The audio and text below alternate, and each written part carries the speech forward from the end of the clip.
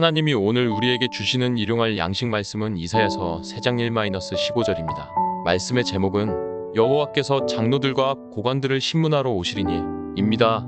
이사야서 1-12장까지는 예루살렘과 유다를 향한 하나님의 심판의 메시지가 주입니다. 오늘 말씀도 예루살렘과 유다에 대한 심판 메시지입니다. 하나님은 오늘 말씀에서 유다와 예루살렘의 죄를 지적하는데 그들은 죄는 하나님 대신 다른 것을 의지하는 것이요 언어와 행위로 여호와를 거역한 것이요 그들의 지도자들이 탐욕을 부리고 가난한 자를 학대한 죄입니다. 여호와께서 장로들과 고관들을 신문하러 오시리니 이사야 3장 1-3절을 보십시오.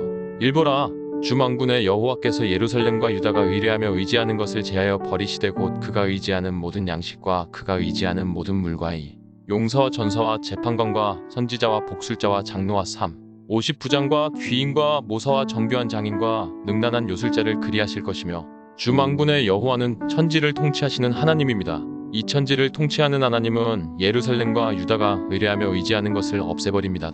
하나님은 무엇을 없애버립니까? 예루살렘과 유다가 의지하는 모든 양식과 모든 물과 용사와 전사와 재판관과 선지자와 복술자와 장로와 50부장과 귀인과 모사와 정교한 장인과 능란한 요술자들입니다.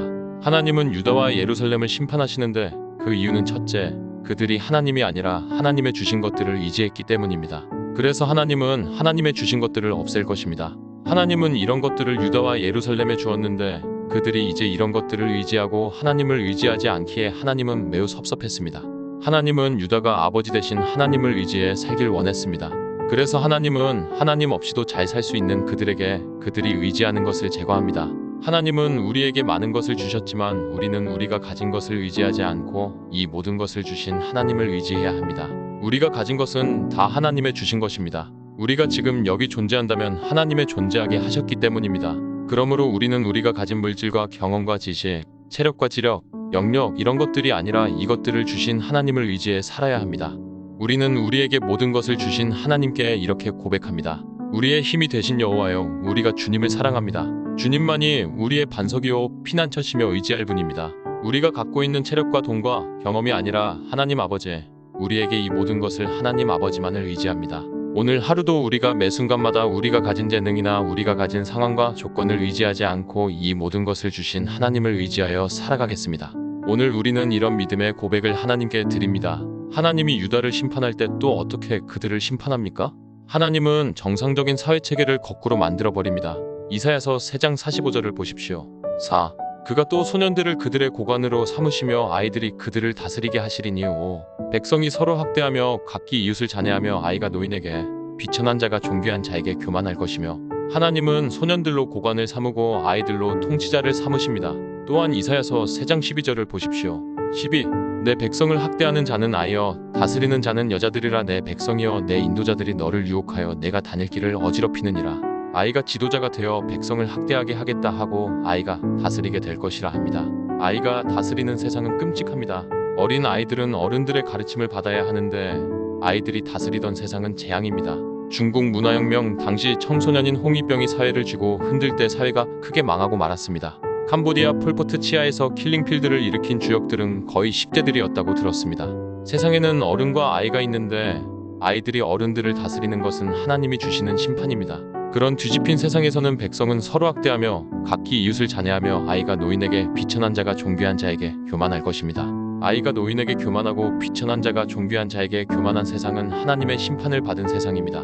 또한 하나님은 물질을 의지하는 유다를 극심한 가난으로 심판할 것입니다. 얼마나 가난한지 겉옷만 있으면 지도자가 되는 세상이 될 것입니다. 이사야 3장 67절을 보십시오.